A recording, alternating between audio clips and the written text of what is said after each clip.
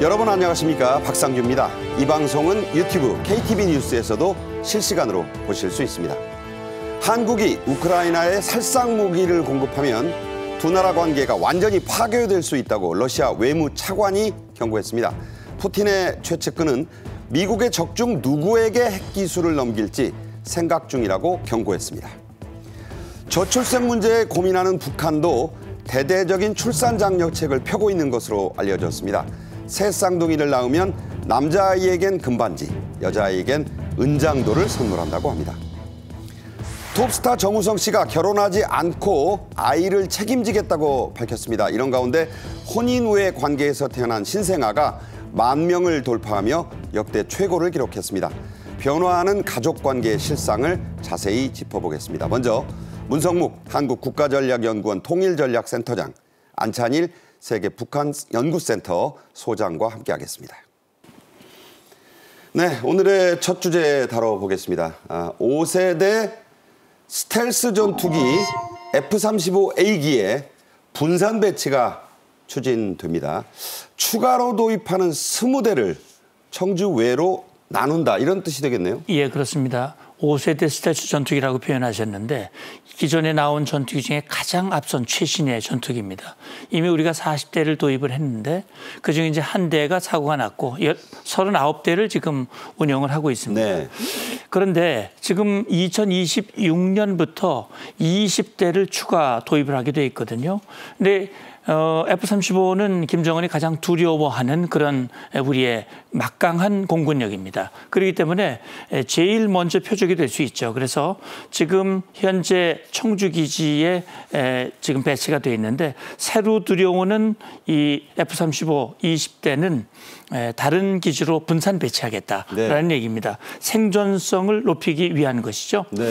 그래서 지금 17전투 비행단 소재 청주기지가 아닌 다른 기지에 배치해서 운영의 효율성 그리고 생존성을 높인다는 그런 계획을 가지고 있습니다. 네, 도입되는 기종은 2026년부터 들어옵니다. 이제 이런 계획이 나왔다는 건데 F-35A 스텔스기는 북한의 핵과 미사일 도발에 대응하는, 그러니까 원점을 타격할 수 있는 이른바 킬체인의 핵심 전력입니다. 그 위용을 먼저 영상으로 보겠습니다.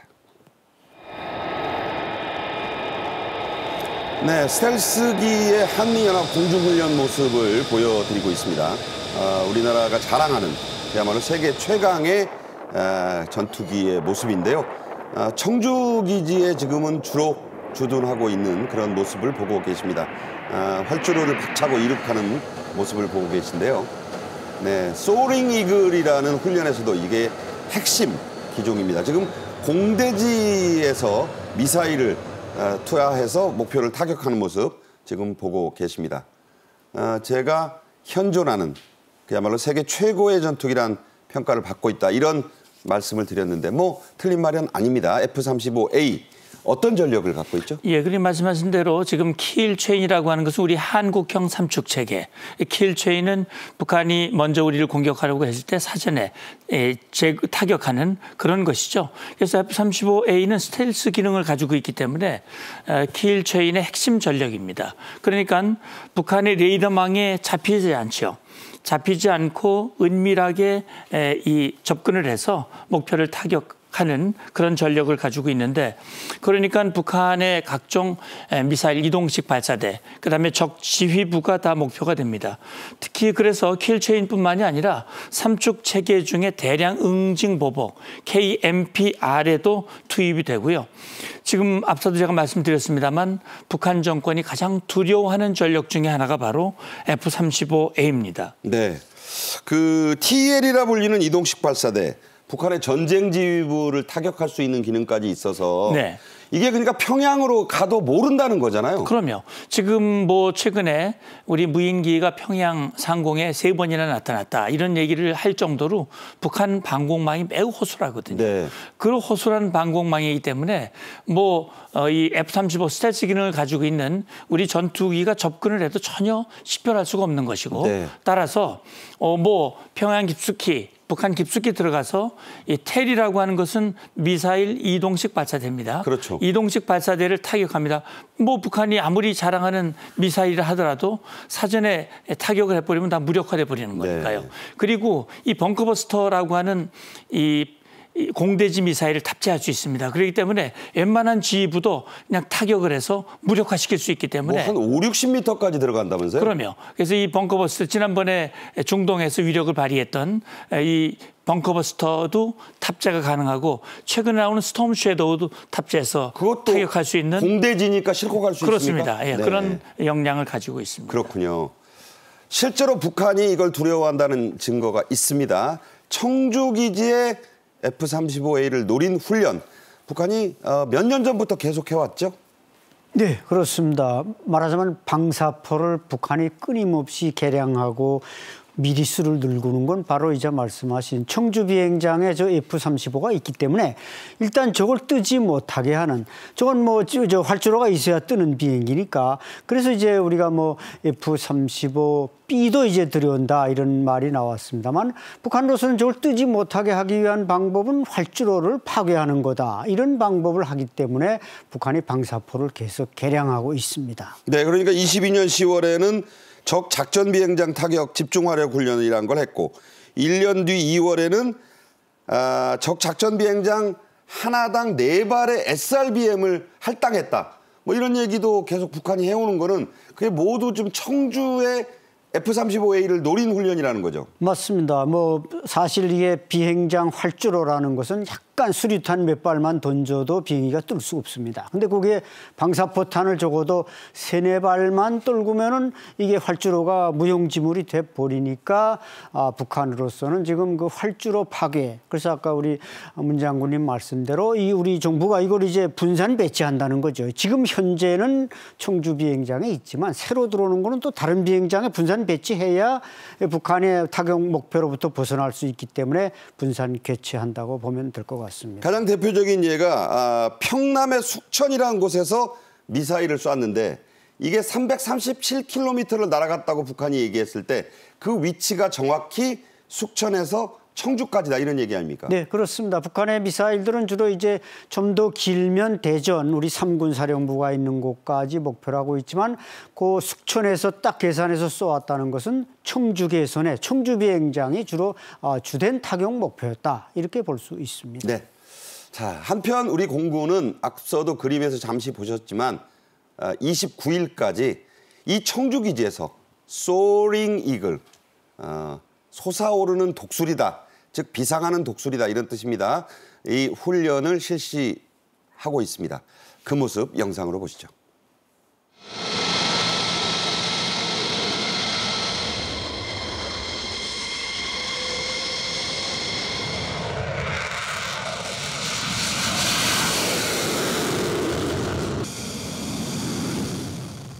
네, 저 자료 그림은 이제 전반기 훈련이었으니까 그렇습니다. 저 모습과 뭐 큰 차이가 없겠죠, 후반기 훈련도? 그럼요. 이게 이제 1년에 2번 합니다. 전반기, 후반기. 2008년부터 시작을 했거든요. 꽤 오래된 훈련입니다. 우리 공군의 전투력을 극대화시킬 수 있는 우리 한국군 전국급 단독 훈련입니다. 이게 이제 후반기 훈련이고요. 29일까지 청주 인근에서 실시를 하는데, 이번에 동원된 우리의 공군력을 보면 F계열 그 전투기들 F-35, F-15, F-16K 뭐 이런 각종 전투기뿐만이 아니라 공중 통제 공격기, 거기다 공중 급유기까지 동원을 해서요. 이제 총 60대가 투입이 되는데 팀을 나눕니다. 청팀과 이 100팀을 나눠가지고 이 적군을 가상해서 적군기에 대해서 만약에 적이 공격했을 때 사전에 차단하고 방어하고 타격할 수 있는 네. 그런 각종 훈련을 주야로 나눠서 이 말하자면 쌍방 훈련을 하면서 이 극대화시키는 그런 훈련이라고 보시면 됩니다. 이게 미국의 레드 플래그라고 있는데 그것을 우리가 벤치마킹을 해가지고 우리의 공군력을 극대화하는 그 아주 효율적인 훈련을 실시하고 있는데 북한이 굉장히 아주 이 촉각을 곤두세우고 있지요. 여기에서 우리가 이제 특히해 볼 게 지난 6월에 이제 창설된 부대가 있잖아요. 그렇습니다. 우주 작전대. 맞습니다. 이름도 아주 멋지잖아요. 그렇죠. 이 부대가 이번에 처음에 후반기 훈련에 소링이 그래 참여한다. 그렇습니다. 이 우주 작전 전대가 이제 만들어졌는데 우리가 작년과 금년 걸쳐서 우리가 사 위성과 EOIR 위성을 쏘 올렸단 말이죠. 네. 우리가 자체 군에서 확보하는 위성 정보를 가지고 이 표적에 대해서 어떤 것이 우리가 타격할 표적인가 하는 거를 지금 공군 전투기들과 직접 소통하면서 함께하는 그런 훈련을 하는 거예요. 네. 이번 훈련에는 이 훈련뿐만 아니라 하이브리드 훈련, 여러 가지 우주 작전이라든지 전자전이라든지 기타 이런 훈련들을 이 군사 작전과 함께하는 하이브리드와 관련된 그러니까 그런 훈련도 쉽게 말하자면 섞어서 한다는 뜻이네요. 그렇습니다. 예. 네.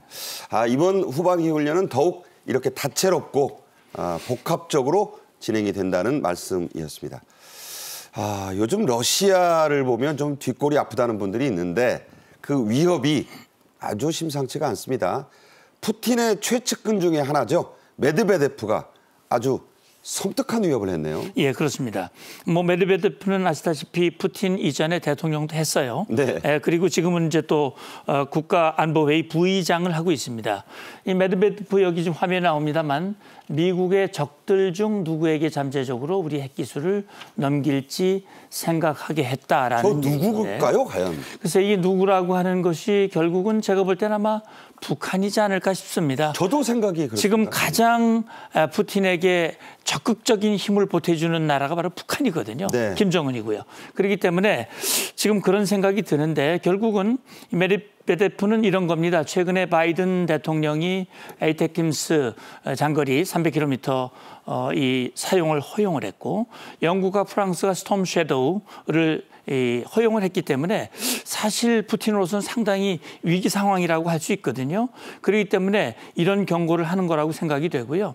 그러면서 이제 이런 얘기도 하고 있죠. 우크라이나의 서방 매체들은 우크라이나에게 핵무기를 공급하라고 미국이 부추기고 있다는 선전전을 하고 있는 거예요. 네. 그리고 전문가는 지금 메드베데프가 이런 언급을 하는 것은 결국은 북한이 푸틴에게 충성을 다하고 혈맹을 갈구하고 있기 때문에 결국은 핵과 관련된 핵심 기술. 이른바 재진입 기술 같은 건가요? 결국 그런 거죠. 네. 말하자면 지금 북한의 ICBM의 마지막 남은 게 대기권 재진입이고 그다음에 목표를 정확하게 타격하는 유도 기술이거든요. 네. 그다음에 또 김정은이 간절히 원하는 것은 정찰 위성 말경 1호의 역량을 고도화시키는 것이거든요. 그렇죠. 그리고 핵 잠수함 핵 추진 잠수함의 기술 이런 것들을 넘겨줄 수도 있다라고 하는 것을 보여줌으로써 우리를 자극하지 말고 네. 더 이상 개입하지 마라. 네. 이런 협박을 하고 있다고 생각합니다. 윤석열 대통령이 레드라인이라고 한 부분이 바로 그 세 가지에 걸려 있지 않습니까? 그렇습니다. 네. 자, 이런 가운데요. 러시아의 외무 차관이 우리나라의 우크라이나 살상무기 공급을 물론 가정하긴 했습니다만 역시 또 강력하고 섬뜩한 경고를 했어요. 예, 결국은 타이밍이 비슷해요. 메드베데프가 얘기한 것과 지금 외교부 차관이 이런 언급을 한 것은 최근에 이제 1년에 우크라이나가 러시아 본토를 향해서 공격을 개시를 했고 제가 볼 때는 아마 우크라이나 이 특사가 한국에 오는 그 시점을 염두에 둔 것 같은데 러시아 타스 통신이 이제 얘기를 했죠. 루덴코 러시아 외무 장관이 한국에 경고를 했는데 한국산 무기를 러시아 시민 살상에 쓰이게 된다면 러시아와 한국과의 관계가 완전히 파괴된다. 이걸 얘기하는 걸 보면 저는 이 말 속에 담겨진 그 맥락이요. 네. 러시아가 한국과의 관계를 굉장히 중시하고 있다라는 그런 해석이 될 수도 있고요. 네. 한편으로는 한국이 만약에 러시아에게 우크라이나를 지원하면 그건 러시아의 전세를 바꿀 수도 있는 강력한 위협이 될 수 있다라고 하는 해석이 예, 그런 해석도 저는 가능하다고 봅니다. 그래서 지금 루덴코는 그런 얘기를 하죠. 한국 정부가 장기적인 국익, 그러니까 어떻게 보면 이 전쟁이 끝나고 나면 네. 러시아와 관계를 잘 맺으면 이게 한국의 유익이 되니. 그러니까 길게 좀 봐라 이런 네, 얘기죠. 지금 당장 우크라이나 네. 이렇게 두지 말고 그런 얘기는 자기들도 조심하고 있다라는 의미도 같이 있다고 생각합니다. 네, 문 장군님 말씀을 들으니까 경고 속에 품은 함의가 더 우리가 좀 읽어야 내야 되는 대목이 아닌가 싶습니다.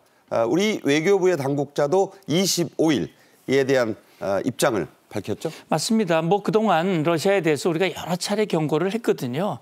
모든 원인 제공자는 푸틴이고 러시아입니다. 침략 전쟁을 일으켰고 또 이번에는 북한을 끌어들였고 그래서 결국은 외교부가 얘기한 것은 북한군 파병 대가로 만약에 북한에게 뭘 준다면 그것이 한국 위협이 된다는 사실을 분명히 알아야 된다. 그리고 우리가 앞으로 어떻게 해야 할 조치는 전적으로 러시아와 북한의 행동에 달려 있다라는 걸 다시 한번 강조를 했고요. 만약에 러시아가 끝내 우리 핵심 안보 이익을 해치는 결과를 한다면 우리는 위축되지 않고 뭐 러시아가 그런 협박을 한다고 해서 위축되지 않는다. 우리는 단호한 조치를 취하겠다는 기본 입장을 재확인을 했습니다. 네. 자, 끝으로요. 러시아 정부와 연계된 해커들 우리나라를 향해 광범위한 공격을 한다. 이게 이제 지난 8일 날 나온 얘기인데 이게 나토 사이버 안보 회의에서 확인이 됐어요. 그렇습니다. 사이버 안보와 관련해서 우리가 나토와 긴밀한 협력을 하고 있는데 관련된 정보들을 지금 공유하고 있는 거 아닙니까? 영국의 랭커스 장관이 그런 얘기를 했습니다. 친러 해커들이 한국을 겨냥해서 공격을 이미 했다. 그리고 이 안보 회의에서는 북한군 그 파병, 그 모니터, 우리가 모니터를 하겠다고 하는 거 아닙니까? 여기에 대해서도 보복 조치할 가능성을 언급을 했고요. 우리 국가안보실도 지난 8일 날 친러시아 해커들이 우리 국방부를 비롯한 각종 그 사이버 해킹 공격을 했다라고 하는 사실을 이미 밝힌 바가 있습니다. 네. 자, 이렇게 급박하게 돌아가는 정세 속에서 우리는 국익을 어떻게 잘 챙겨야 할지 생각해야 할 시점이라는 생각이 듭니다. 다음 주제로 가죠. 북한에서는 4월 1일에 개학식을 한다고 합니다. 우리보다 한 달 정도 늦네요. 아무래도 뭐 날짜도 있고 기후 탓도 좀 있는 것 같습니다만 북한 학교의 신입생들이 크게 줄었다고요? 네, 그만큼 이제 인구가 줄었다는 얘기고 학령기 아동이 줄었다는 얘기입니다. 그러니까 북한도 70년대까지는 이제 3월 우리처럼 3월 신학기가 있었고 9월이 2학기고 그랬는데 저걸 이제 김정은 체제 들어와서 좀 바꾸면서 입학 시기를 우리보다 좀 늦게 하는데 저 원인은 두 가지입니다. 하나는 이제 병력 자원을 차출해야 되는 문제, 또 하나는 북한에서는 저런 학생들도 중학생들까지 노력 동원을 나가서 모내기 전투나 추수 전투를 해야 되기 때문에 거기에 맞게 노동력 활용 차원에서 저 학기를 조정한 것입니다. 네, 북한이 이제 2028년에는 고령 사회가 되고 39년에 초고령 사회로 간다. 그러니까 우리에 비하면 늦긴 하지만 북한에서도 이제 초고령 사회 얘기가 나온다는 것 자체가 심각한 거 아니겠습니까? 네, 그렇습니다. 근데 북한은 사실 이 수명에서 우리 대한민국보다 한 10년은 빨리 죽습니다. 그래서 수명이 짧고 키도 한 10cm 이상 작고 네. 그러니까 어떻게 보면 막 북한이 지금 뭐 이질화돼 간다는 게 저런 면에서 심각한 문제인데 어쨌든 90년대부터 이제 고난이 행군이 95년부터 시작됐으니까 꼭 30년 전에 고난이 행군이 시작되면서 이게 그때 태어난 애들이 지금 29살, 30살입니다. 그렇네요. 그러니까 이 사람들이 인구 증가에서 지금 결정적인 장애가 되고 특히 그때부터 이제 여성들이 경제를 책임지다 보니까 또 이런 문제도 출산율 저하의 한 원인이 되고 있습니다. 네, 이렇게 북한이 저소득인데도 출산율이 낮습니다. 이런 경우 세계적으로 매우 드문 사례라고 하는데, 자, 북한에서의 출산율이 이렇게 떨어지는 원인 뭔가요? 네, 이제 지적하신 그 저소득 국가, 저개발 국가들이 원래 인구 문제는 별로 걱정을 안 하는데, 북한은 저개발 국가이면서도 인구 문제가 안 되는 건 아까 말씀드린 고난이 행군 때 이게 인구가 급속하게 사망률이 높았고, 또 여성들이 경제 현장을 책임지는 문제도 있고,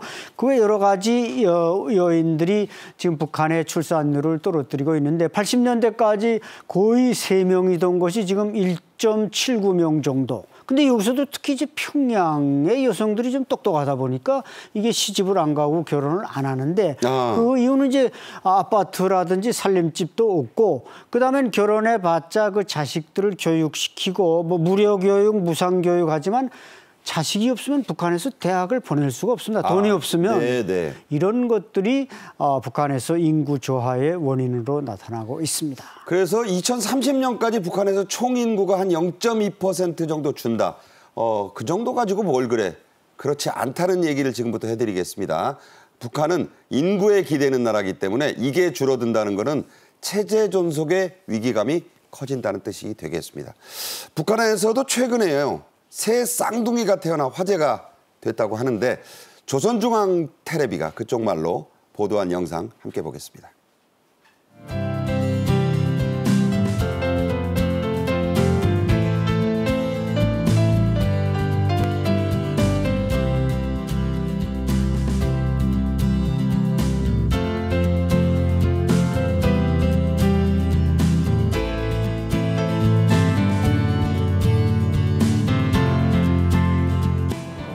우리 군인 가족의 기쁨을 온 나라 경사로 내세워주고 사랑의 선물까지 안겨주는 이런 고마운 제도를 한 목숨 바쳐 지켜왔다는 결의가 보여집니다. 네, 우리나라는 뭐 여러 가지 그 기술로 4쌍둥이 이상도 낳지만 북한에서는 자연스럽게 3쌍둥이 낳는 게 큰 경사라고 합니다. 그런 경사를 보면은 아이들에게 엄청난 혜택을 준다고요? 네, 그렇습니다. 우선 새쌍둥이를 임신할 경우 그 산모에게 평양에만 있는 평양산원이라는 게 있습니다. 그것은 북한에 있는 유일한 산모 종합병원이고 하나밖에 없기 때문에 헬기를 태워가지고 산모를 그 병원에 입원시키고 거기서 출산을 하게 하는 겁니다.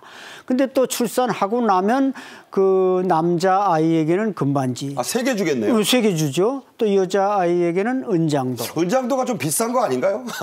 글쎄요, 뭐 가격은 제가 잘 모르겠습니다만은 거기다 이제 아이 이름까지 새겨서 선물로 주니까 그 외에 뭐 또 꿀이라든지 뭐 주택 보장. 그러니까 꿀 같은 거 대한민국에는 꿀이 된장보다 흔한데 북한에서는 꿀이 대단히 희귀한 우리 산삼 같은 존재. 새쌍둥이나 임신하고 나야 꿀을 주는군요. 네, 그래야 여성들이 꿀을 좀 먹어볼 수가 있기 때문에.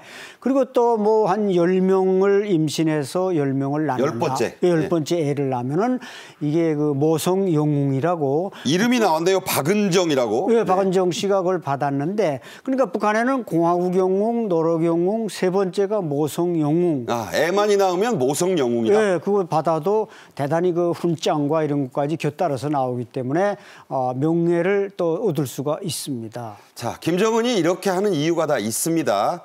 그러다 보니 북한 산모들에게 꿈의 병원, 이게 바로 평양산원이라고 합니다. 거기 가서 한번 진단받고 애 낳아봤으면. 북한 매체들이 선전한 모습 직접 보겠습니다. 네, 평양산원 모습인데요. 북한에서는 꿈의 병원이라고 불린다고 합니다. 시설 자체가 뭐 상상할 수 없을 만큼 우리가 보기에는 뭐 그저 그런데 북한에서는 저게 대단하다고 합니다. 비단 보자기에 싸고 인큐베이터가 보이잖아요. 저런 모습 자체가 없다고 합니다. 이 지방에는. 자, 하지만 실제로 북한에서는 가정에서 애를 낳는 게 거의 전부라고 하고요. 산후조리원 같은 건 없다고요? 네, 없습니다. 산후조리원이 없고 산부인과 정문병원도 평양산원이 유일한데 그건 평양시 거주자에게만 입원할 수 있는 기회를 주고 아까 말씀드린 대로 세 쌍둥이 이상을 가지면 저게 입원할 수 있는데 지금 화면에도 나오고 있습니다만 대부분 그 세 쌍둥이 아버지들이 북한군 장교들입니다. 네. 예, 건강한 사람, 좀 먹는 사람들이 세 쌍둥이 낳고 힘약한 노동자 농민들은 거의 낳지 않는다는 얘기인데 그러니까 뭐 지방 도인민병원, 군인민병원이 있지만 그게 무슨 초음파 검사기라든지 저런 인큐베이터라든지 이런 건 상상할 수가 없는 것입니다. 네. 그래서 누구나 가고 싶어 하지만 그 새쌍둥이나 평양 주민만 갈 수 있고 평양 주민 산모도 저기 입원한다는 건 거의 하늘의 별 따기다 이렇게 볼 수 있기 때문에 아까 말씀하신 대로 북한의 여성들은 대부분 다 집에서 낳습니다. 네. 집에서 아야 그래서 리진료소라든지 이런데 그 조산원이라고 산파라고 그러죠. 우리 외국에서는 조산원이라 그랬는데 의학전문대학을 나온 조산원들이 다 리인민병원마다 한 명씩 있어가지고 그 여자가 와서 돌봐주거나 시어머니가 받아주는 식의 좀 봉건적인 방법으로 출산을 하고 있습니다. 네. 개인적인 말씀이 되겠지만 저도 사실 집에서 조산원에 의해서 태어난 사람입니다. 북한의 최근 출산율 저하는 코로나 이후에 더 심각해졌다고요? 예, 지난 1월에 한국은행 경제연구원이 발표를 했어요. 북한의 학교 출산율이 1.38. 아까 우리 안 박사님 말씀보다 또 떨어진 거거든요. 이게 코로나 이후에 더 심해졌다는 얘기입니다. 그러니까 북한 이렇게 심해진 이유는 앞서도 설명을 드렸습니다만 장마당 경제활동에서 여성이 주도하는 그런 비율이 높아졌다는 얘기입니다. 결국 여성이 활동을 많이 하니까 출산율이 저하될 수밖에 없는 것이고 특히 이제 또 한 가지 원인은 뭐냐면 코로나 때문에 모든 문을 다 걸어 잠궜거든요. 네. 무역이 다 중단이 돼버렸습니다. 그러니까 지금 대부분 영유아에 필요한 물품들이 중국으로부터 많이 들어와야 되는데 이게 중단이 되면서 영유아의 영양 상태가 굉장히 악화됐다고 그래요. 그래서 북한 당국이 지금 우유를 비롯해서 유아들의 영양식품 생산과 공급에 전력을 기울이고 있는데 이게 이제 아까 말씀하신 정권과 체제와 연관되기 때문에 이걸 아주 지금 적극적으로 집중하고 있다고 생각을 합니다. 네. 김정은이 11년 만에 전국 어머니 대회라는 걸 열었죠. 소개해드린 바 있습니다만 여기서 눈물 호소까지 했습니다. 직접 보시죠. 자식들을 훌륭히 키워가는 어머니들의 가슴속에 하나같이 간직된 것은 일신의 편안보다 당과 국가의 고민과 걱정을 먼저 생각하는 깨끗한 양심이고 혁명의 미래를 떠매고 나갈 새 세대들의 대오를 튼튼히 꾸리는 데 이바지하려는 숭고한 국민적 자각이라고 하면서 보고자는 이렇듯 고결한 인생관을 지닌 여성들의 대오가 나날이 늘어나고 있는 데 대하여 긍지 높이 언급했습니다. 네, 김정은 타산이 애국이라면서 이게 독려를 한다고 합니다. 그렇다고 과연 열악한 환경에서 얼마나 아이 출산이 늘어날지는 좀 미지수겠고요. 자, 많은 북한 주민들 식수 부족에 시달린다는 보도가 나왔습니다. 평양 출신 탈북민도 깨끗한 물을 정체로 보지 못했다. 이런 얘기를 한다죠? 네, 북한이 이제 식수 문제가 심각한 건 이제 치산치수가 안 되고 또 이제 지하수를 많이 뽑아 쓰는데 그게 위생적으로 세균이 많고 그러다 보니까 이제 상수도가 잘 돼서 배관이 잘 생산돼야 되는데 북한에서는 쇠든 플라스틱이든 이 배관 생산이 잘 안 됩니다. 그러다 보니까 뭐 북한도 이제 그 생수 문제를 해결한다고 뭐 9월산의 종방산 샘물 또 뭐 양독 샘물 이런 샘물을 이렇게 만들어서 공급하고 있지만 그것이 평양시 소수한테만 해당되는 것이지 절대로 일반 주민이 생수를 먹어본다? 이건 뭐 상상할 수 없고 그래서 평양시에서는 제일 폼나는 게 이제 핸드폰 들고 다니는 거하고 생수 마신다는 게 폼나는 일인데 생수폰 들고 생수병 들고 다니면 네, 최고예요? 그거 딱 마시면 그게 제일 폼나는 사람이라고 하는데 실제로 일반 주민들이 생수병을 구경하기는 쉽지 않은 상황입니다. 네, 자막에도 봤지만 평양 탈북민이 남한에 와서 생수를 이렇게 막 몇 박스씩 시키는 걸 보고 정말 깜짝 놀랐다는 얘기를 전해드립니다. 문성묵 센터장, 안찬일 소장과는 여기서 인사드리겠습니다. 감사합니다. 감사합니다. 네. 감사합니다. 톱 배우죠. 정우성 씨가 결혼은 하지 않고 태어난 아들을 책임지겠다고 밝혀서 큰 화제가 되고 있습니다. 우리나라에도 정우성 씨 같은 혼외자 부모가 10,000쌍을 넘었다고 합니다. 오늘은 이 문제를 집중 조명해 보겠습니다. 먼저 영상 보겠습니다.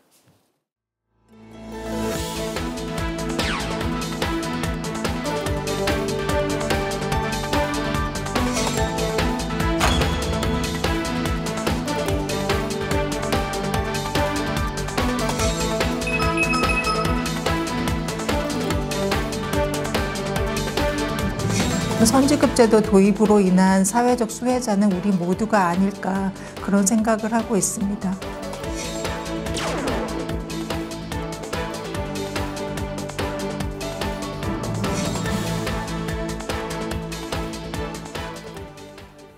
네, 이번 주제는 최진영 TV 대표님과 함께하겠습니다. 안녕하세요. 네, 반갑습니다.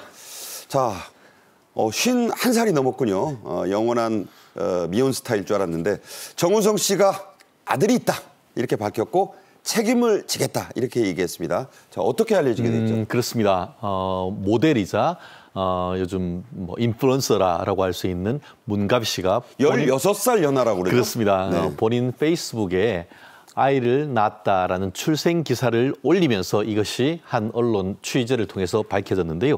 말씀드린 것처럼 알고 봤더니 그 아이의 아버지가 말씀하신 것처럼 미남 스타 51세의 그 정우성이라는 그 얘기가 하면서 한간에 지금 화제가 이루어지고 있습니다. 실제 그 임신 소식을 듣는 정우성 씨 같은 경우에는 아이 아빠로서 책임을 다하겠다 그런 얘기를 했었는데 통상적으로 그 약간 다른 것이 우리 이 그 논의가 되고 있는 것이 아이에 대한 책임은 다하겠지만 결혼하지 않겠다라고 하는 그것 때문에 지금 그 많은 사람들 사이에 이것이 맞는지 여부에 대해서 지금 얘기를 하고 있습니다만 어쨌든 지금 그 엄마인 문가비 씨 같은 경우에는 그동안 꽁꽁 숨겨야겠다라고 했다가 용기를 내서 밝힌다라고 해서 복잡한 심경을 밝히고 있습니다만 어쨌든 아이는 출산했고 산모와 아이 모두 지금 건강하다는 그런 상황인 것 같습니다. 네, 뭐 사적인 얘기가 되겠습니다만 그 와중에 어떤 일반인 여성과 찍힌 사진이 또 공개가 되면서 뭐 여러 가지 얘기가 나오고 있습니다. 그 얘기는 연예 뉴스가 아니니까 좀 미루기로 하고요. 아버지임을 밝힌 정우성 씨, 법적으로는 어떤 책임을 지게 되고 양육비는 대체 어느 정도 줘야 하나요? 그렇습니다. 이른바 혼외자란 것은 결혼하지 아니한 상태에서 낳은 아이 이런 얘기 아니겠습니까? 그 반대는 혼생자라고 하는데 네. 혼외자인데 결론적으로 아빠가 그 아이가 내 아이다라고 인정하는 것, 그걸 법률적으로 인지 절차라고 합니다. 네. 그렇게 할 경우에는 정우성 씨의 쉽게 말하면 호적, 가족관계 등록부에 아이로 올라갈 수가 있는 것 같은데요. 결혼을 안 하지만 호적에 올라오는군요. 그렇죠. 그 하기 위한 절차가 인지란 것인데 만약에 아빠가 내 아이 아니요라고 하면은 이 혼외자를 낳은 엄마 같은 경우에는 인지 청구에 소홀한 것을 할 수가 있습니다. 소송을 제기한다. 그렇죠. 그래서 DNA 검사 등을 통해서 법원이 이 아이의 아빠가 당신이 맞소라고 하면은 혼외자지만 그 말씀드린 것처럼 가족관계에 아빠에 올리게 되는데 사실은 지금까지 아직까지 그 취재를 통해서 밝혀지진 않고 있습니다만 보통 출생을 하면은 한 달 정도 안에는 출생 신고를 해야 됩니다. 한 달 안에. 그렇죠. 그런데 출생 신고를 할 때에 이 아이의 이름을 성을 뭐로 할지 만약에 이 아이가 내 아이야라고 얘기를 하면서 정 씨가 돼야 정우성 씨가 인지를 했다고 하면은 정모모가 될 것입니다. 그런데 아직까지 그렇지 않다라고 한다고 하면은 기자들이 아직 취재 안 했나 봐요. 그러니까요. 아직까지 저는 가장 궁금한 것이 그 부분인데요. 문땡땡이냐 정땡땡이냐. 그렇습니다. 네. 그렇기 때문에 만약에 정땡땡이다라고 한다고 하면은 법률상에 사실상 그 혼외자로 하지만 실질적으로 내핏줄이라는 것이 인정이 된 것이고 그렇게 될 경우 말씀드린 것처럼 성년이 될 때까지 18세가 될 때까지의 이 법률에서 정한 이 그 양육비 그리고 나중에 이제 뭐 51세니까 아직까지도 뭐 앞길이 창창합니다만 정우성 씨가 나중에 어떤 일로 사망할 경우에는 그로 인한 상속까지도 받을 자격이 생긴다는 것이 법적인 결론입니다. 그런데 과표 지금 나오고 있습니다만 최고기관을 적용해도 정우성 씨가 법적으로 내야 될 돈이 한 120만 원? 이 정도밖에 안 된다는 거 아니에요? 네, 그렇습니다. 지금 그 서울가정법원에 아이들 혼인을 한 다음에 이혼을 했을 때에 엄마랑 아빠랑 헤어졌을 때 아이 한쪽에서 아이를 가질 경우에는 그것에 대해서 1,200만 원 이상 될 경우에는 월 한 221만 원 정도의 우리 아이를 기르는데 돈이 든다고 하는데 엄마나 아빠 둘 중에 절반이 부담하니까 실질적으로 아빠가 부담할 돈은 그 절반인 110만 원 정도. 이 정도를 지원하는데 사실 그것은 법원이 정하는 것이고 서로 합의를 한다면 그것보다 더 많은 돈도 지급될 수가 있는 겁니다. 네, 계속 얘기가 나오겠군요. 혼인신고가 됐느냐, 아니, 그러니까 그 출생인지신고가 그러면 이게 정씨냐, 문씨냐, 이거는 굉장히 중요한 문제다 이 말씀을 하셨어요. 작년에 우리나라에서 출생한 혼외자 처음으로 10,000명을 넘었다고 하는데 한마디로 쉽게 말해 정우성 씨 같은 경우가 꽤 많다는 거죠? 그렇습니다. 한마디로 100명 중에 약 5명, 좀 더 쉽게 얘기하면은 20명 중에 1명 정도는 된다. 이 정도가 되는 것 같은데요. 실제 말씀하신 것처럼 2023년 혼외자 출생자가 1,900명으로 최근에 들어서 10,000명을 돌파했다고 합니다. 그리고 이것은 혼외자 출생아를 우리가 카운트했던 1981년 이후에 최대다라고 얘기하는 것 같은데요. 다만 최근에 들어서 최대란 것이지 이 선진국 클럽이라고 할 수 있는 OECD 평균 혼외 출생자는 100명 중에 41~2명, 41.5%에 비하면은 굉장히 10분의 1도 안 되는 정도로 낮은 수준인 것이죠. 그러네요. 네. 예. 그런데 어쨌든 간에 최근에 있어서 느는 것은 아마 결혼한 사이에서 혼인을 하면은 1가구 2주택으로 해서 중과세 된 케이스가 적지 않습니다. 네. 그러다 보니까 결혼한 상태에서도 어떻게 보면 중과세를 피하기 위해서 혼인신고를 하지 아니한 케이스, 그리고 최근에 들어가지고 또 어떤 코로나 이후에 여러 가지 변화된 상황, 이런 부분이 지금 반영된 것이 아니냐 하는 얘기를 듣는데, 그럼에도 불구하고 어쨌든 우리나라에서도 혼외자가 점점 늘어나는 것은 분명한 추세인 것 같습니다. 네, 맞습니다. 이렇게 결혼을 하지 않아도 자녀를 가질 수 있다.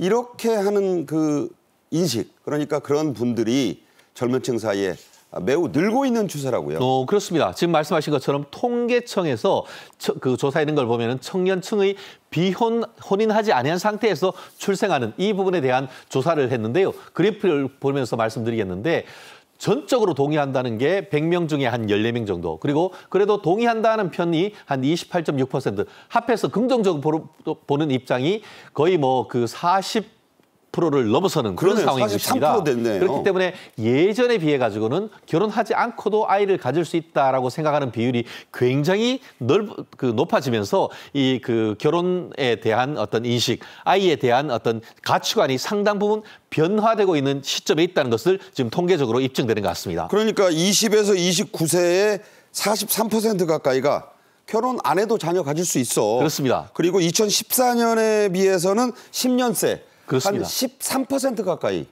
그렇습니다. 더 늘고 있다는 거죠. 그렇죠. 거기다가 거꾸로 봤을 때에 부정적으로 보는 사람의 이 퍼센테이지도 툭 떨어졌다는 것인데요. 실질적으로 전적으로 반대한다는 사람들이 2014년에는 34.9% 정도에 됐었는데 최근 같은 경우에는 22.2%로 12% 정도 10년 만에 뚝 떨어진 걸 보면은 이 혼생자, 혼외자 이 부분에 대해서는 현실적으로 젊은 층들이 인식이 변경되고 있다는 것을 눈으로 확인할 수 있는 것 같습니다. 네.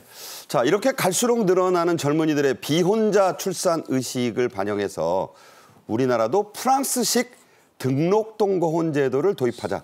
이런 이야기가 실제로 나오고 있어요. 그렇습니다. 저도 법률가다 보니까 이런 얘기가 굉장히 나왔고, 우리는 결혼인데 프랑스 같은 경우에는 팩스, 이른바 사회연대 계약.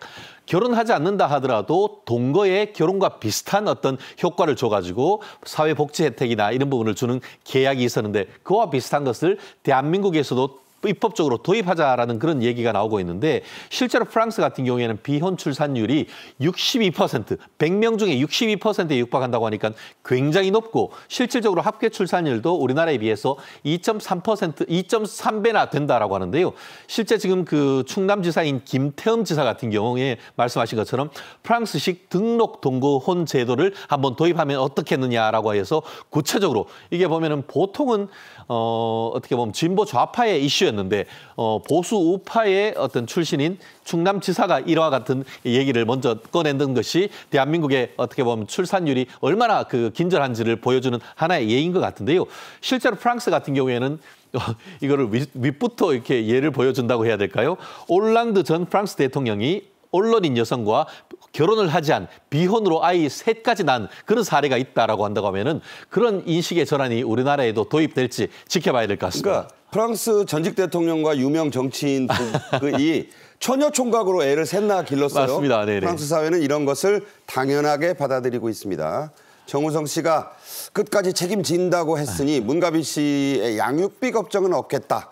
이렇게 하는 분들은 많을 거로 봅니다. 하지만 많은 비혼모들이나 한부모 가정 엄마들 양육비를 제대로 못 받고 있다고 하는데요. 영상 보겠습니다. 양육비를 자발적으로 이행하지 않고 주지 않으니 아기 용품을 하나를 사더라도 아기 영양제를 하나 사더라도 좀 저렴한 걸로 미안함을 느낄 때가 많아요. 이번 달 양육비가 미지급됐다. 양육비를 보내라. 이렇게 보내면 이제 그냥 다 무시하는 거예요. 이제 직장을 다니고 있으니까 급여 압류를 해보자 라고 하셔서 급여 압류를 했더니 그제서야 이제 노발대발하면서 연락이 오고 나 쪽팔리게 하려고 하는 거냐고, 쪽팔려서 회사 다니겠냐면서. 네, 특히 좀 아버지 쪽에서 이 한부모 가정에 아버지 쪽에서 양육비를 안 주고 버티는 경우가 많다네요. 그렇습니다. 말씀하신 것처럼 여성가족부의 통계를 보면은 이 18세 이하 자녀 키우는 한부모 가정이 한 34만 9천 가구, 생각보다 많더라고요. 네. 그런데 그 결별 과정에서 키우는 아이의 양육비를 확보하지 못하는 케이스가 상당히 많다라고 하는데요. 한 번도 못 받았다는 것이 72%가 넘는다라고 하니까 참 한쪽에 결혼하고 나면은 책임지지 않겠다는 그런 모습을 보이고 있고, 양육비 채권이 있어도 못 받았다라는 것이 25.9%에 이른다고 하니까 정말 한 아이를 기르면서 경제적으로 상당히 어려움에 처했다는 것을 우리가 간접적으로 알 수가 있을 것 같습니다. 네, 양육비 채권이 있어도 안 주는 사람들을 보면 이건 참 비양심이라고밖에 할 수 없을 것 같은데, 이에 우리 정부 내년 7월부터요 양육비 선지급제를 도입한다고 합니다. 자, 이게 어떤 정책이죠? 그렇습니다. 결국은 그 복지 정책으로 정말 필요한 부분에 쓰는 어떤 제도가 아닌가 싶은데요. 실제로 내년 7월부터 정부가 양육비 선지급제를 도입한다고 하는데, 쉽게 말하면은 안 주는 사람한테 달라 해도 주기가 어려우니까 나라가 먼저 이 그 한가족 부모한테 지원을 하고 이후에 그 돈을 지급하지 아니하는 그 이혼한 그 상대방한테 회수하고 하는데, 이 회수하는 것에 대한 채권을 확보하기 위해서 양육비 채무자의 동의 없이 소득이나 재산이나 이런 부분에 대한 조사가 가능하게 하는 그런 입법도 뒷받침하고 있다는 후문인 것 같습니다. 네, 자, 이렇게 자기 자식이 분명하게 드러났는데도 양육비를 안 주려고 별의별 짓을 다 한다는 비양심 부모들도 있다고 합니다. 그 사례를 직접 보겠습니다. 통장 압류도 다 했는데 네. 통장에 해당 1원이 없어. 해당 사항이 다 없대요. 그러면 그 돈은 다 어디로 간 걸까요? 버신 돈들은? 제3의 사람의 통장을 사용하고 있는 거겠죠. 이것도 어쨌든 위법이잖아요. 네, 그러니까 네. 왜 자기 자식에 돈을 안 주려고 왜 위법한 생활을 갖다 생활을 하고 있냐는 거죠. 언젠가 아빠 사진을 보고 있더라고요. 한번 저한테 걸린 적이 있었는데 내 아이가 그리운 거죠. 근데 그 아이의 그 그리움을 어떻게 다 표현해요. 그러니까 아빠는 그거 모를걸요. 네, 이런 양육비 체납자들에게 압박을 주는 양육비 이행법 개정안이 지난 2월에 국회 본회의를 통과했습니다. 자, 이후에 좀 상황이 나아졌나요? 여러모로 그래도 조금씩 나아지는데 본질적으로는 사실 나아지는 것이 쉽지 않은 것 같은데요. 현실적으로 단순히 어떤 그 지원금을 끊는 것을 넘어서 아예 연락 자체를 끊어버리는 케이스가 적지 않기 때문에 이런 부분과 관련해 가지고는 이 그 소재를 파악한다든가 아니면은 은닉 재산을 확보하든가 이런 부분에 대해서 그 양육비 지원자에 대한 어떤 그 제도 장치를 도와주는 것이 있고, 또 중재하고 조정하는 행위도 하는 것 같습니다. 실제 이렇게 그 소재를 파악한다고 하면은 왜 이렇게 연락이 되지 않느냐 이런 부분에서 또 갈등 관리나 이런 부분에 대해서 상담해주는 그런 부분도 있다고 하고요. 실질적으로 그 이후에도 한번 만나게 된 이후에도 모니터링 이런 부분도 도와준다고 하는데, 현실적으로 지금 같은 경우에는 이른바 한시적 양육비 지원 제도, 그래서 매월 한 20만 원 정도, 길게는 9개월 정도 이 지원하는 그런 것이 있기 때문에 만약 오늘 우리 방송을 보시는 분들 중에 아직까지 본인들의 어떤 양육비를 지급하지 못하는 분들이 있다고 하면은 이 양육비 이행 그 관리원에 연락을 한번 해보시는 것도 큰 도움이 되지 않을까 생각합니다. 네, 양육비 이행 관리원입니다. 자, 끝으로요. 양육비 미지급 부모, 이른바 나쁜 아빠라고 해서 영어로 배드 파파라고 하는데 이들에게 실형을 내린 판례가 잇따르고 있네요. 그렇습니다. 최근에 그 창원지방법원에서 있었던 일인 것 같은데요. 말씀드린 것처럼 계속 어떻게 보면 체납하고 돈도 있으면서 하지 아니한 그런 부분에 대해서 실형까지 선고했는데 지금까지 그 양육비를 지급하지 아니한 상태에서 감취도 할 수 있고 그런 것이 있지만 이 그 양육비 관련되는 법률 위반으로 해서 기소된 이후에 실형 선고는 이번이 처음이다 보니까 이 사안에 대해서 언론 보도가 나오면서 어떻게 보면 앞으로 이런 사안 일벌백계를 해가지고 앞으로 이런 일이 없도록 하는 데를 나름대로의 어떤 이정표 그러니까 여성의 인권 보호를 위한 기념비적 판결이다. 그런 그 평가도 나오는 것 같습니다. 네, 정우성 씨가 뜻하지 않게 쏘아올린 이 미혼 문제, 비혼부 문제가 사회적으로 어떤 의미가 있는지 짚어봤습니다. 최진영 TV 대표와 함께했습니다. 잘 들었습니다. 네, 지금까지 정책의 이슈 전해드렸습니다. 시청해주신 여러분 감사합니다.